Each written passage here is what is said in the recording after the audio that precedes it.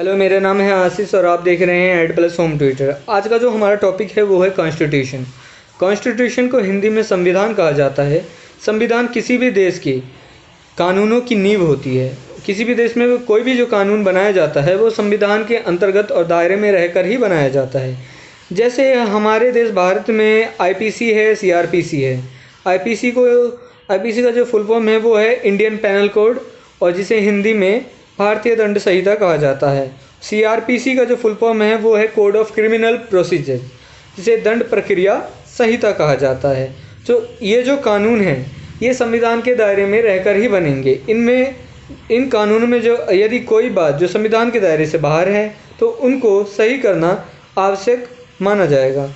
और जो कॉन्स्टिट्यूशन है किसी भी देश में उस देश के सिटीजन्स और गवर्नमेंट के बीच इंटरेक्शन पैदा करती है।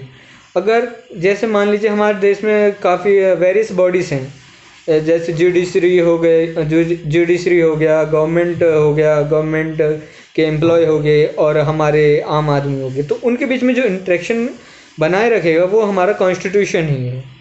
और अगर कॉन्स्टिट्यूशन को हमें ठीक से समझना है, हमें ये जानना होगा कि कॉन्स्टिट्यूशन को हम ये कह सकते हैं कि कॉन्स्टिट्यूशन किसी भी देश का सुप्रीम लॉ होता है। मतलब उससे ऊपर कोई चीज़ नहीं है, वो हमारे कंट्री में सुप्रीम है। मतलब सबसे ऊंचा लॉ, सबसे बड़ा कानून जो है हमारा संविधान ही होता है। और संविधान को समझने के लिए हमें एक और चीज़ समझना ज़रूरी है कि लगभग जितने भी डेमोक्रेटिक कंट्री हैं, जैसे लोकतांत्रिक जितने भी कंट्री हैं, उनके पास एक रिटन कॉन्स्टिट्यूशन होता है। लेकिन यूनाइटेड किंगडम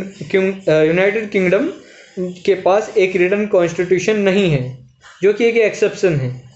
और जो भारत का कॉन्स्टिट्यूशन है वो कॉन्स्टिट्यूएंट असेंबली द्वारा भारत को दिया गया था 26 नवंबर 1949 को, लेकिन ये फुल्ली फोर्स के साथ लागू हुआ था 26 जनवरी 1950 को।